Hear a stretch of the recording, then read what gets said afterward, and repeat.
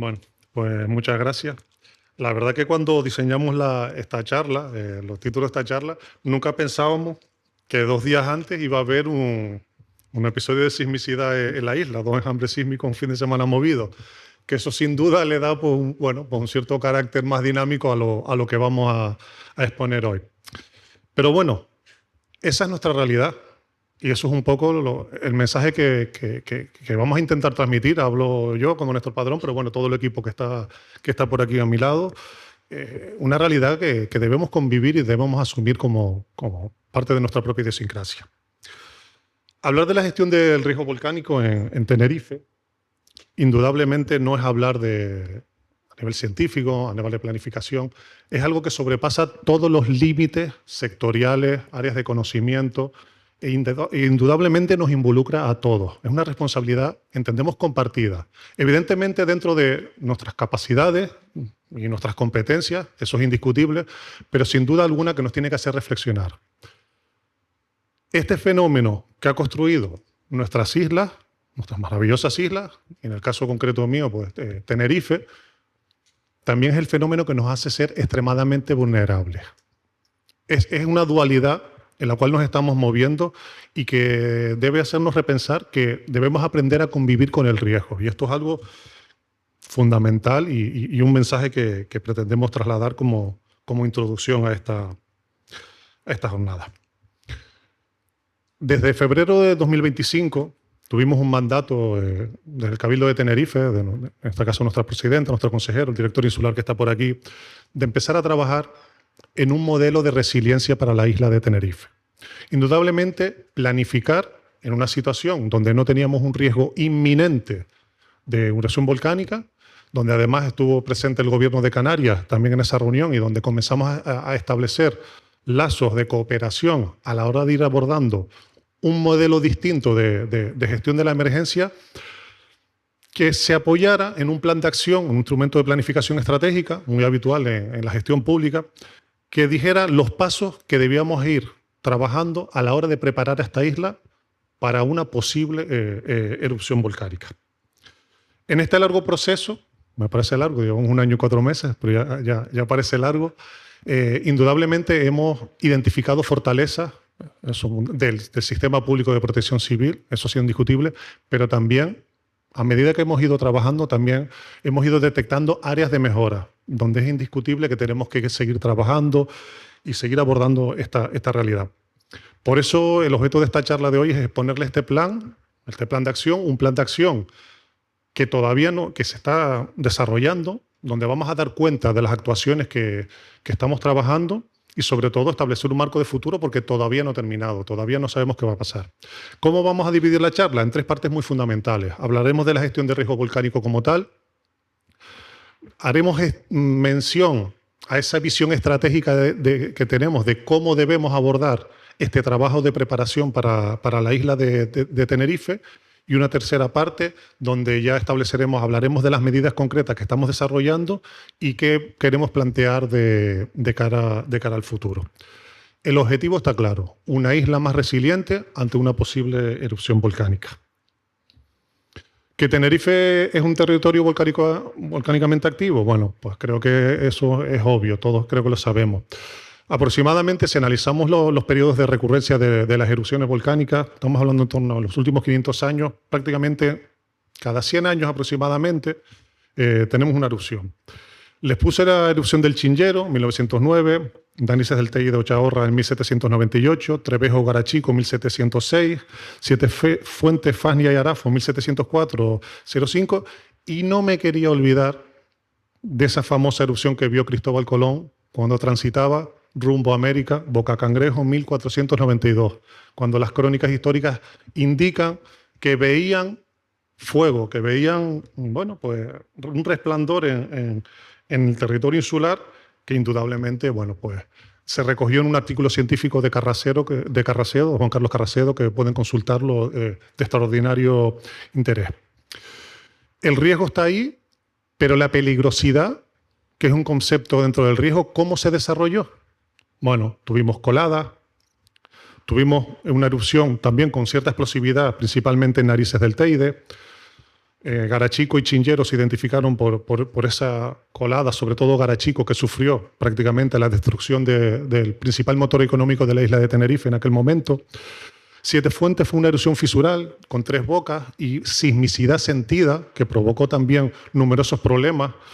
Y Boca Cangrejo, desconocemos porque las fuentes históricas no hemos llegado a identificar, pero que nos da pie a pensar que el fenómeno volcánico en la isla de Tenerife puede manifestarse de distinto tipo. En el caso de La Palma, fíjense ustedes que uno de los principales problemas fue los gases. Entonces, tenemos que estar abiertos a esa peligrosidad volcánica, un concepto distinto al de riesgo. La peligrosidad es cómo se manifiesta el propio fenómeno. Y eso es algo que exige distintas respuestas por parte del sistema público de protección civil. Aquí contamos con fuentes históricas. Pero, ¿y ahora qué está pasando? Ahora mismo esas fuentes históricas indudablemente no se contaban con los registros instrumentales que tenemos ahora. Pero sí es verdad que la isla de Tenerife, desde el 2016, bueno, pues se cuenta con una actividad sísmica anómala a partir de un incremento sostenido de microsismos y enjambres sísmicos que se ha ido en mayores en mayor etapa, con mayor frecuencia o menor frecuencia, que se ha ido desarrollando hasta prácticamente 10 años más tarde. Tenemos una serie histórica de 10 años de unas anomalías sísmicas que se está detectando en el edificio insular, no en el TEIDE, en el edificio insular. ¿Y qué eso qué implica? Pues indudablemente, bueno, el Comité Científico del PEVOLCA indica que se descarta la erupción a corto y medio plazo, esa famosa frase que vemos en prensa, pero sí es importante que el monitoreo sea permanente. Es decir, que no es cuestión de si ocurrirá una erupción, sino de cuándo. La erupción va a venir. No sabemos si será mañana, dentro de un año o dentro de 10 años, pero la erupción va a llegar. Y ante eso, el sistema público de protección civil, ¿qué debe hacer? Prepararse. No podemos estar de brazos cruzados. Mientras esta actividad sísmica, estas anomalías continúan. Tenemos que prepararnos. Y en eso el Cabildo de Tenerife pues, se ha puesto a trabajar conjuntamente con el resto de administraciones, intentando sobre todo establecer una red de trabajo conjunto con entidades públicas, privadas y sobre todo con la sociedad de Tenerife. Una erupción volcánica en Tenerife, ¿qué consecuencias tendría? Bueno, este gráfico que pongo en la pantalla es un gráfico que nos puso David Schultz, un experto del Mecanismo Europeo de Protección Civil, el pasado 26 de abril de este año. David Schultz, en las conclusiones del simulacro MODEX desarrollado en Garachico el pasado año, nos indicaba que como agentes de emergencia, evidentemente, nuestra principal prioridad está en la protección de personas. Eso es indiscutible. Protección de personas y animales, bienes y medio ambiente. Eso es indiscutible. Pero hay un efecto cascada, él dice una crisis en cadena, que determina que hay consecuencias directas, pero consecuencias indirectas que se van desarrollando. No solo desde el punto de vista de la seguridad de las personas, de la integridad física, sino de la salud, de la economía. Ellos se referían, evidentemente, a nuestro sector turístico, a la agricultura. Las consecuencias son directas e indirectas. Y eso, como sistema público de protección civil, nos da pista de cómo debemos ir trabajando de una manera no única, no adaptada a nuestro propio sector, sino transversal. Indudablemente mirando también que las consecuencias de esa peligrosidad volcánica tienen muchas variables. Hay un libro de Juan Carlos Santamarta, catedrático de la Universidad de La Laguna, que habla de los fallos en cascada. Él habla de las infraestructuras hídricas, ¿no? De esos fallos en cascada que se producen. Cuando falla una infraestructura hídrica, ¿qué pasa, no? Hay una consecuencia directa, pero después una serie de consecuencias. Bueno, pues esta es la idea que nos hace repensar que nuestro modelo de gestión, de preparación de la isla de Tenerife, tiene que contemplar no solo los efectos directos, sino también los indirectos. Y nos hace hacer esta pregunta. ¿Estamos realmente preparados para ello? Bueno, es indiscutible que tenemos que prepararnos. Tenemos que trabajar. Y ahora, en este momento en el cual, como dice mi estimado compañero Antonio Hernández, tenemos paz, tenemos tranquilidad, hay que prepararse. Y quizás hay que correr más que cuando sea la emergencia en sí. Nuestro modelo de protección civil ahora mismo es un modelo reactivo, es un modelo que reacciona a la emergencia. Tenemos que invertir, tenemos que darle la vuelta a ese modelo. Estaba exponiendo el subinspector, ¿no? Esa parte de ellos como policía local, de cómo ellos se adelantan, ¿no? A determinados episodios, ellos son proactivos, conocen su territorio y toman medidas preventivas. Creo que esa es la idea global de todo esto, ¿no? ¿Cómo tenemos que ir adelantándonos? Evidentemente, ante incidentes como los que estamos refiriéndonos en la charla, pero también ante grandes emergencias de protección civil, como puede ser, ya no digo una erupción volcánica, sino una simple actividad volcánica sentida en la isla de Tenerife. O sea, simplemente una crisis como la del 2004, como movimientos sísmicos sentidos por la población, eso ya genera un auténtico problema de protección civil.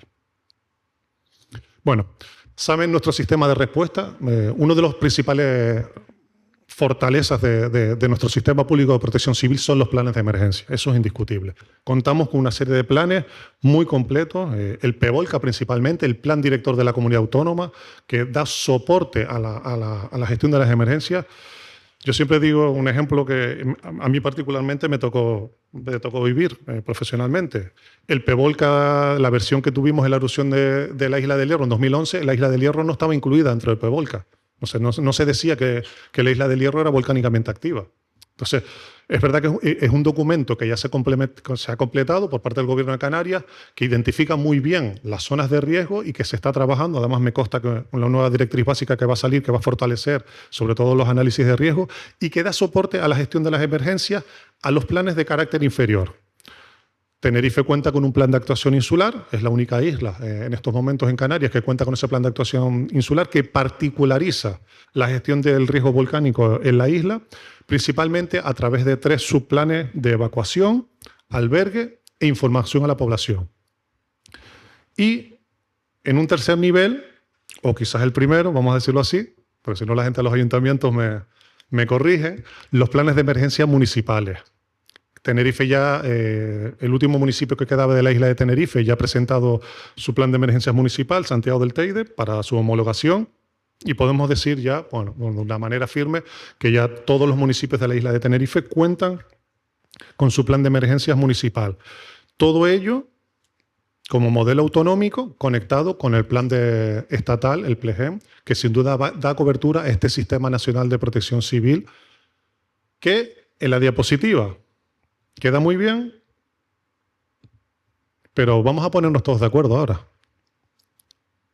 Ahí están todos los interlocutores. Creo que me falta en la parte, el subdelegado creo que en aquel momento no, estaba por allí, pero no pudo estar en esa foto y la verdad que no encontré una foto representativa. Esto que técnicamente o teóricamente está muy bien definido a través de los planes de emergencia, después, en una situación de emergencia, hay que ponerla a funcionar esa maquinaria. Y eso no deja de ser, en muchas ocasiones, problemático. No nos vamos a engañar. No es sencillo. Es muy importante que trabajemos. Aquí, en esta imagen, a mí particularmente me gusta. Bueno, hay mucha gente que está aquí en el público, en el foro. Su viceconsejero está por aquí. Está el director insular, alcaldes, concejales, alcaldesas, por otro lado. Veo consejeros del Cabildo. Incluso personas de la oposición, de Puertos de Canarias, de otros cabildos de Canarias también están por ahí. Entonces, todo eso hay que encajarlo. Y eso, créanme, que en un modelo reactivo como el que tenemos ahora mismo, es complicado poner en marcha. Es complicado poner en marcha. Por eso, entendíamos que debíamos establecer un modelo de gestión. Un modelo de trabajo que articulara este plan de acción de preparación ante una situación de riesgo volcánico en la isla de Tenerife. Un modelo que favorezca que cuando venga la emergencia de protección civil, cuando venga realmente la situación crítica, favorezca la coordinación. Muy importante, la coordinación y subsidiariedad. Siempre me gusta hablar también de ese concepto. Indudablemente tenemos que hablar todos el mismo idioma y tenemos que tener todos muy bien claro, muy bien aprendido qué está pasando.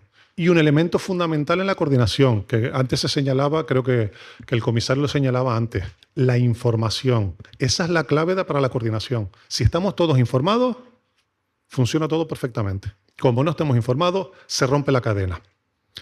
Y eso tiene mucho que ver con la transparencia.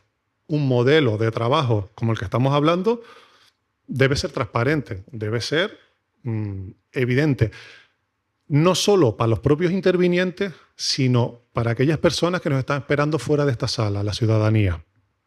La ciudadanía tiene que saber, tiene que entender qué estamos haciendo para, sobre todo, tener certeza, para al final fiarse de que aquellos que salen por televisión y están diciéndome que prepare mi mochila de emergencia en una situación crítica, no me están engañando o no me están escondiendo información, que creo que esta mañana, no sé si Ana Vidal comentó algo a ese respecto, una especialista en la materia.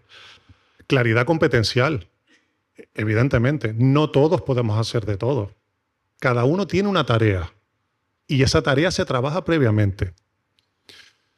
Voy a poner un ejemplo muy, permítanme la expresión, la informalidad, muy burdo, pero es que pasa en todas las emergencias, los bocadillos, la comida. ¿Ustedes saben cuánta comida se hace en un incendio forestal?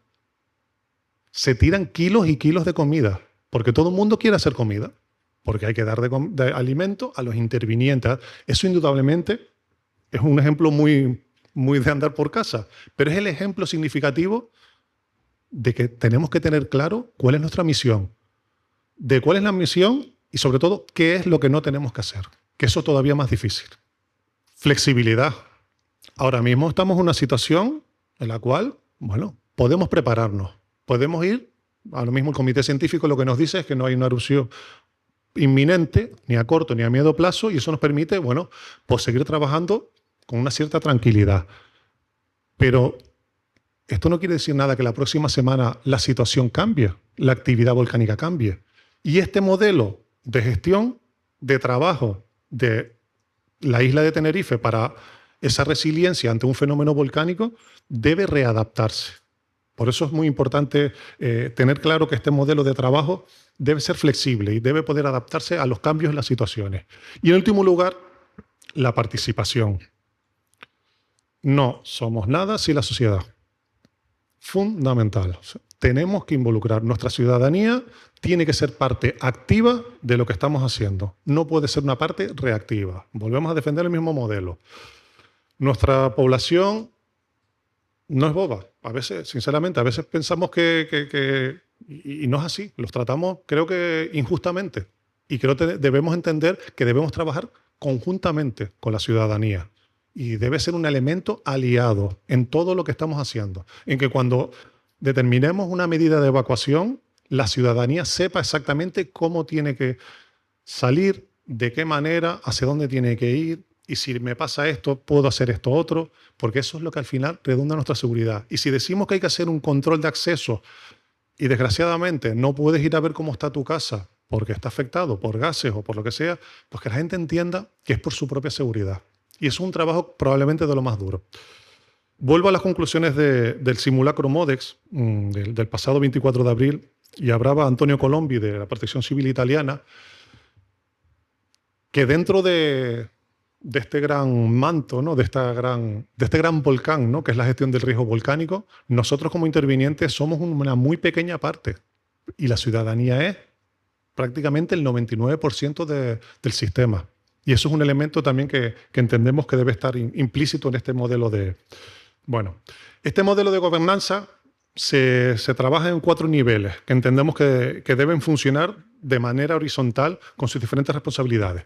Un nivel estratégico, indudablemente, conformado por las distintas administraciones públicas. Gobierno de Canarias, más Cabildo y Ayuntamiento, en evidente coordinación general con el Estado. Eso es indiscutible. Un nivel táctico donde los distintos temas que se puedan dar, los distintos problemas que puedan acontecer, pues puedan ser tratados. Ya no hablamos solo estrictamente de temas de emergencia, sino también temas de infraestructura, salud, transporte, turismo, comunicación. Es fundamental que aquellos actores que no están habituados al trabajo en emergencia sepan exactamente, tengan unos criterios claros de cómo tienen que actuar. Ahora les pondré unos cuantos ejemplos en la tercera parte de la charla. Indudablemente, el tercer eje de todo esto, el tercer nivel, es el científico-técnico.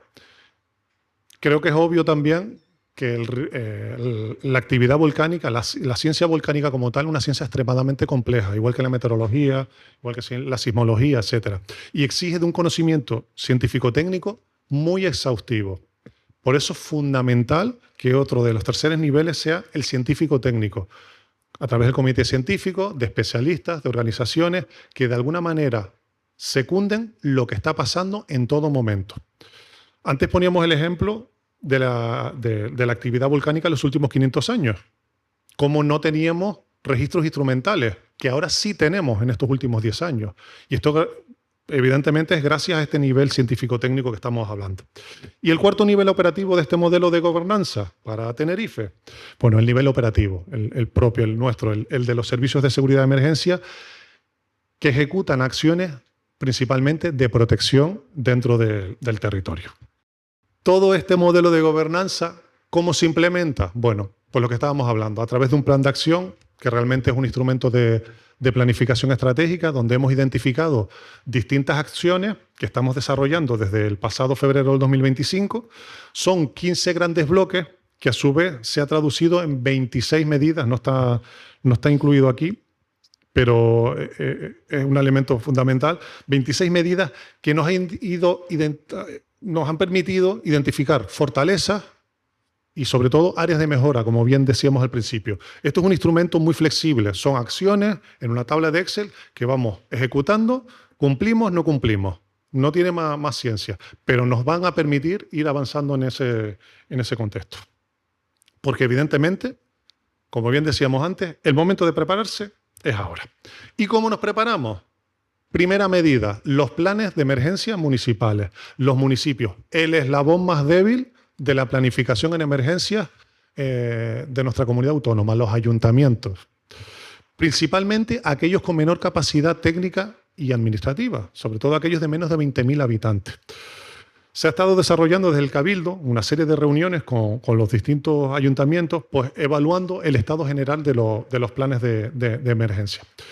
Imagínense que hay documentos prácticamente de principios de siglo que no están adaptados a lo que estamos haciendo. Y es indiscutible que ahora mismo se necesita una revisión que desde el Cabildo de Tenerife estamos proporcionando, sobre todo a aquellos municipios, repito, de menos capacidad técnica y económica, para ir adaptando sus planes a las nuevas realidades, a los nuevos conceptos, con una visión claramente de protección civil. Con un mensaje muy claro. Y vaya a ver si me permite. Bueno, si se fijan en la imagen que tenemos ahí al fondo, ven ese famoso mapa que ha salido en prensa identificando los colores. No saben el daño que nos ha hecho en términos de protección civil. Porque se ha dado la falsa imagen de que los únicos municipios afectados por el riesgo volcánico en Tenerife van a ser esos. Y eso no es así. Estamos hablando de que ese mapa es un mapa de susceptibilidad. ¿Eso qué implica? Que indudablemente con los registros con los que se cuenta, evidentemente esos municipios tienen mayor probabilidad de que puedan sufrir una erupción volcánica. Pero las consecuencias de esa erupción volcánica, evidentemente las van a sufrir todos los municipios. Y ese mensaje, el director insular me está mirando aquí, hemos tenido que trasladárselo a todos los municipios de la isla de Tenerife. Aquí no se escapa nadie. Aquí todos, en caso de cualquier situación de riesgo en la isla de Tenerife por riesgo volcánico, nos vamos a ver afectados, directa o indirectamente. Un tercer aspecto que hemos contemplado con los PEMU, bueno, pues una apuesta por una visión territorial.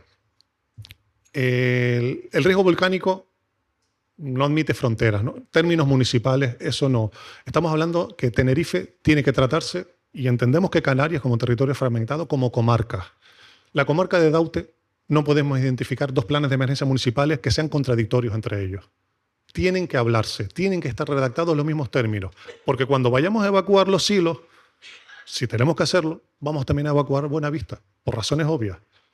El caso más ejemplar, ahora que estamos con la revisión de Garachico, es Caleta de Interián, que tiene una calle en Los Silos y el resto del núcleo en Garachico.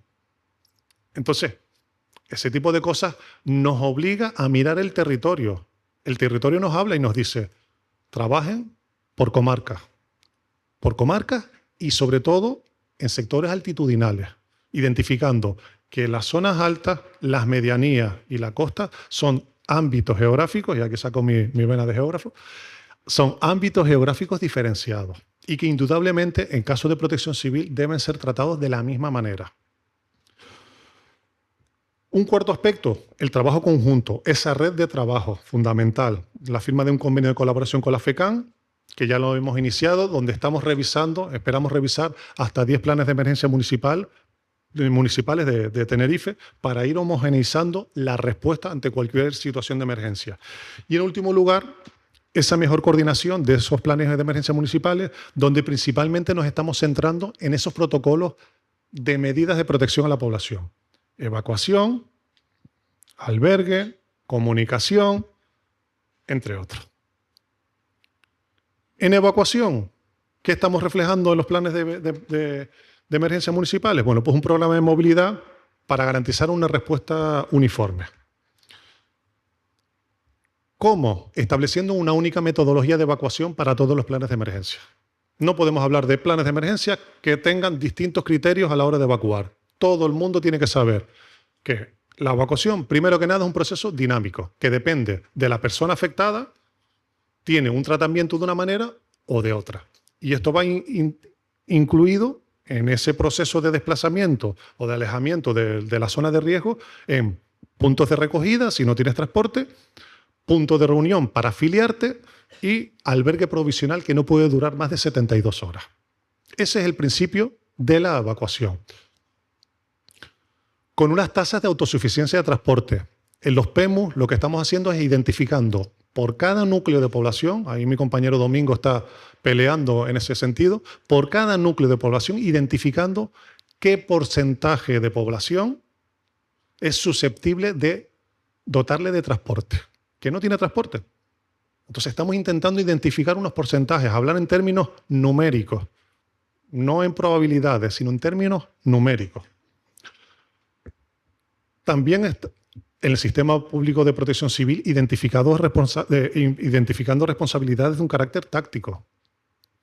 No es la primera vez que vamos a un ayuntamiento y que alguna persona del ayuntamiento dice es que yo no sé qué hacer ante una situación de emergencia. Es que en el plan de emergencia municipal no está perfectamente identificado qué debo hacer. Pues eso es lo que estamos intentando identificar. Pero lo mismo que tiene que hacer la evacuación, permítame el ejemplo, Bienestar Social del Ayuntamiento de Garachico, seguramente el del mismo departamento, la misma unidad administrativa de Bienestar Social del Ayuntamiento de Santa Cruz de Tenerife, por cambiar al otro lado, tiene que hacer exactamente lo mismo. Tenemos que tener una claridad competencial. ¿Cuáles son nuestras funciones? ¿Qué tenemos que hacer y qué no tenemos que hacer? Y eso es lo que estamos intentando establecer en un trabajo que estamos haciendo conjuntamente con los colegios profesionales. Con todos los colegios profesionales estamos intentando identificar a través de esos procedimientos operativos las tareas concretas de cada uno. Un análisis detallado por núcleos de población, que ya me refería, y una estimación de población con movilidad reducida, es decir, aquella población que necesita vehículo especial, que para eso es muy importante el trabajo que se está haciendo a través del Servicio de Sistemas de Información Geográfica de Antonio Hernández, que está intentando representar toda esa información en ese repositorio de información que ayer les explicó. Esto, en definitiva, bueno, pues tiene su plasmación práctica en esa imagen que ven a la derecha. Hemos hecho una prueba con Garachico, hemos identificado flujos de evacuación en base a todos estos datos, a toda esta información, y ahora mismo somos capaces de identificar cómo debemos desarrollar una evacuación en base a una determinada casuística. Que volvemos a lo mismo, depende de la situación de riesgo que acontezca, este flujo puede variar o no. Aquí juega un papel fundamental TITSA. Por eso son los puntos de recogida de las paradas de guagua. TITSA está involucrado en todo esto, Transporte Público de Tenerife, de tal manera que sería la entidad responsable de garantizar la recogida de todas las personas que puedan verse afectadas. Y se me olvidaba, también hemos diseñado un sistema de prefiliación común. Imagínense una situación de actividad sísmica que no necesariamente implique evacuación, donde ya tenemos que ir preparando a la población para tener que evacuarse. La posibilidad de que puedan prefiliarse antes de la toma de esa medida de protección creo que nos ayuda a todos los gestores de emergencia a la hora de implementar esa medida de autoprotección. Este sistema de perfiliación ya lo tenemos diseñado y es un sistema que estamos trabajando conjuntamente con el Gobierno de Canarias. Otro gran aspecto dentro de los planes de emergencia municipales, me quedan 10 minutos ya, pues un programa de albergue provisional para Tenerife. Nuestras capacidades de respuesta, los albergues provisionales son infraestructuras que entendemos deben durar 72 horas como máximo. Una persona que es evacuada hace todo ese proceso de punto de recogida, punto de reunión y va a un albergue provisional si necesita alojamiento. Un alojamiento, repetimos, que debe durar un máximo de 72 horas. Y unos albergues que deben estar todos diseñados de la misma manera. Hay un aspecto fundamental que estamos contemplando en esta metodología de trabajo, que es la inclusión de los animales, con espacios destinados a los animales. Porque el animal, como evoluciona la sociedad, como estamos viendo, ya forma parte de la familia y es un elemento fundamental también para las personas y sobre todo un apoyo emocional también en un proceso, no nos engañemos, que es traumático.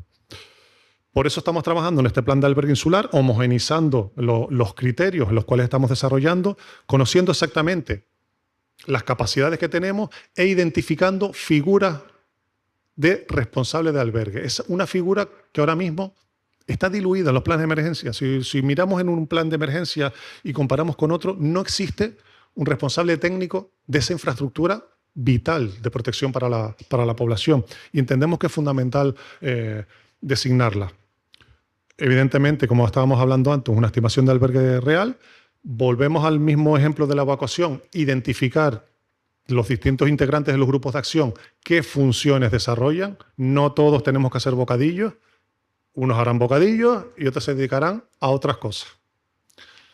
Y sobre todo, y un aspecto que está ahí y que antes lo señalaba también el subinspector, en los últimos fenómenos meteorológicos adversos, donde se han desarrollado medidas de protección a la población, realmente aquellas personas con menores capacidades económicas, que en cierto modo hablando de vulnerabilidad social, son las más afectadas en este tipo de episodios.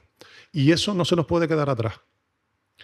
Evidentemente, pues uno puede tener Hay gente que realmente necesita apoyo porque no tiene, como decía el compañero antes, gente que vive en cuevas, gente que vive en zonas inundables, gente que necesita alojamiento. Y es fundamental también que lo tengamos dentro de la ecuación. ¿Cuántas personas es necesario tener un tratamiento específico? Porque evidentemente tenemos que darle un tratamiento digno a esas personas. En ese programa de evacuación y albergue de animales, bueno, pues la Consejería de Bienestar Animal del Cabildo de Tenerife ya cuenta con ese programa de evacuación y albergue. Voy a acelerar un poco. Ya ha hecho un censo de explotaciones ganaderas de toda la isla de Tenerife, identificando, bueno, pues posibles actores, en este caso asociaciones de defensa sanitaria, protectora, personas ganaderas, Federación Hípica, que sean los que integren todo este sistema de protección a los animales en la isla, estableciendo posibles zonas de albergue y sobre todo cómo sería la evacuación, qué capacidades tenemos de transporte de esos animales que en un momento dado pueden ser evacuados. Y en último lugar, un plan de acción, copiaron el nombre, pero bueno, es lo que hay, donde se identifica los cuidados necesarios y el tratamiento de ese tipo de infraestructura donde se alojan esos animales evacuados.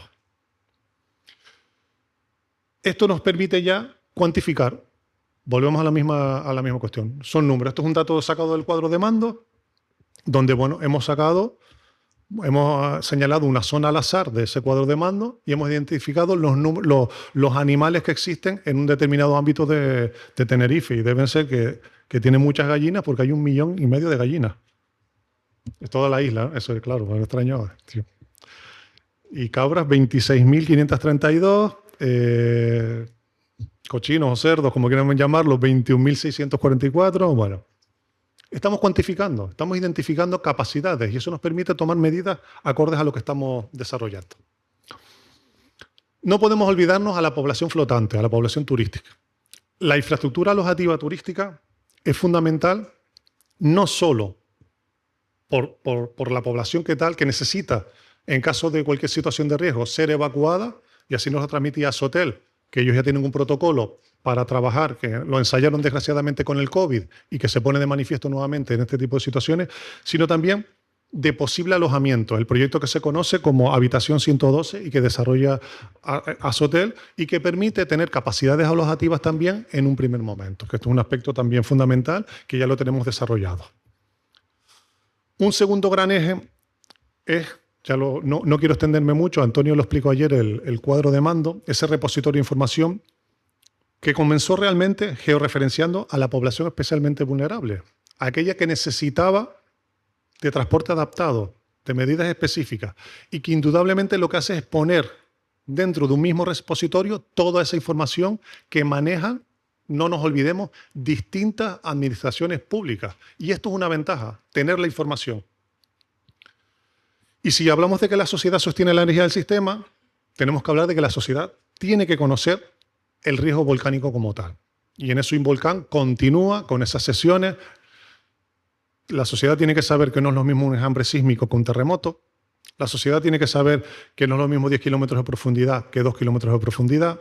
Bueno, pues hay una serie de elementos de cultura general que favorecen nuestra resiliencia social y que indudablemente Involcán lleva desarrollando los últimos, creo que calculaba el otro día, 23 años en Canarias y que debe continuar y debe fortalecerse en este tipo de situaciones. Un programa de dinamización del voluntariado y participación ciudadana. Primero, de agrupaciones de voluntariado de protección civil. Clave, antes lo señalaba el compañero también en el Ayuntamiento de Santa Cruz. Tienen un trabajo fundamental y probablemente si se diera una situación de estas características en Tenerife, tendrían un papel muy significativo. Pero en segundo lugar, el voluntariado espontáneo. Aquellas personas que de manera altruista quieren colaborar en una gestión de una emergencia. El Cabildo de Tenerife cuenta con un proyecto muy importante, Tenerife Isla Solidaria, que estamos involucrando en los simulacros de emergencia para fortalecer un poco esa coordinación, que se acostumbren a trabajar y hablar el mismo lenguaje en el cual nosotros estamos hablando. Un programa de comunicación turística, que no me voy a centrar mucho, que lo desarrolla Turismo de Tenerife también y que tienen también a través de los tour operadores en colaboración con Azotel. Y en último lugar, y quizás por eso lo he puesto como el más importante, el programa de información y comunicación a la población. Hablábamos al principio de fortalecer a la ciudadanía. ¿Y a la ciudadanía cómo la fortaleces? Con conocimiento, con información, favoreciendo sus capacidades.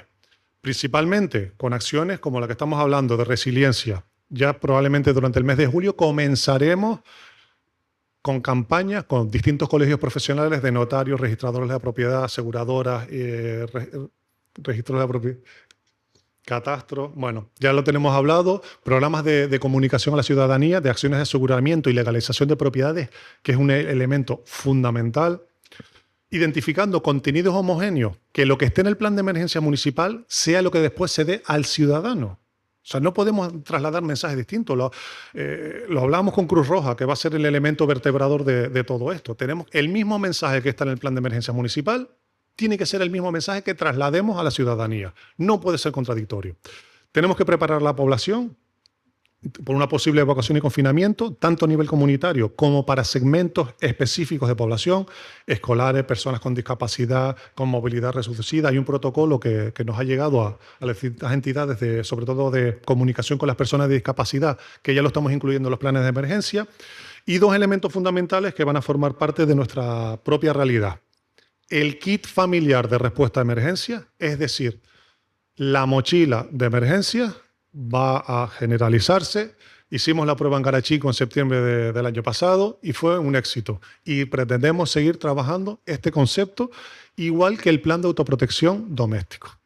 La gente tiene que saber cómo tiene que actuar. Nuestros niños y niñas tienen que saber cómo tienen que actuar. Y esto solo se consigue si convencemos a las unidades familiares de que tienen que tener su propio plan de emergencia, saber qué hacer en todo momento. Y esto lo vamos a hacer gracias a la colaboración con Cruz Roja Española.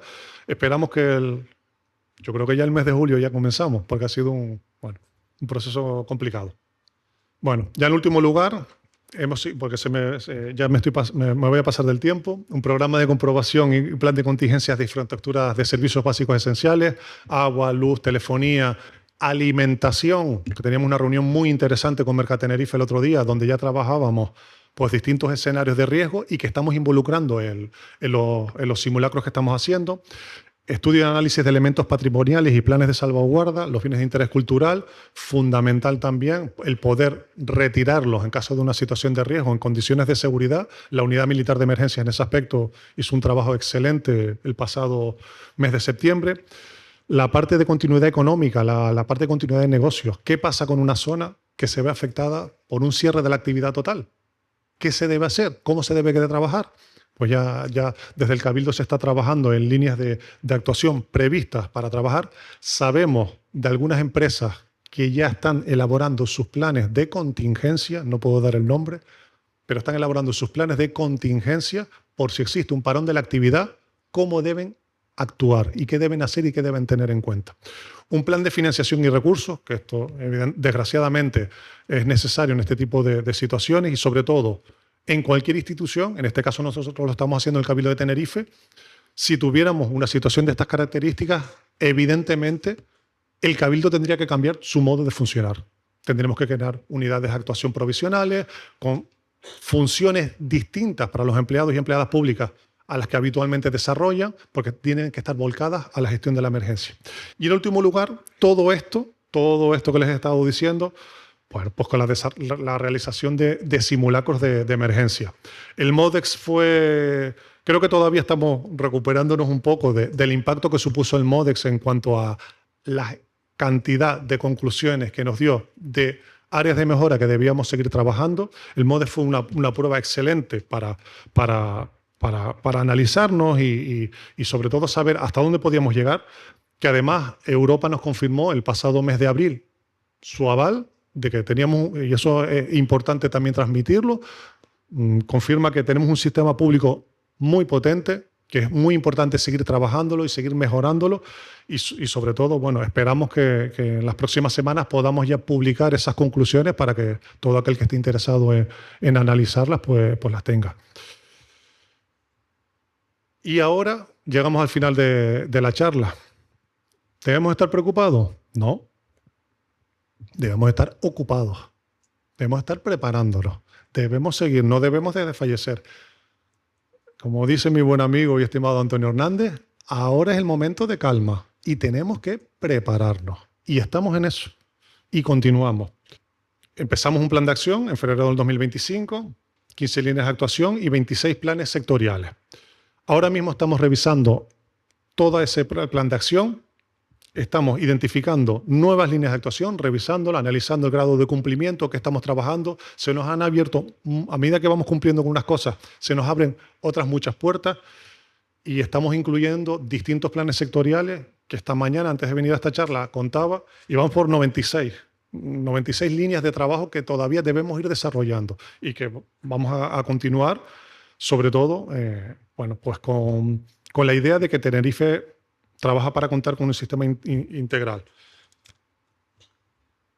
Tenerife no puede evitar su naturaleza volcánica, pero sí puede decidir cómo se prepara frente a ella. Esa es nuestra máxima y lo digo ahora al final porque esta no era mi charla. Estoy improvisando porque eran diapositivas que no eran las que yo tenía preparadas, las trasladé ayer porque tuvimos la casualidad de ese episodio sísmico del fin de semana y quería también hablar un poquito de eso, pero bueno.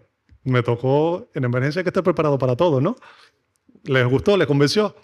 Bueno, muchas gracias.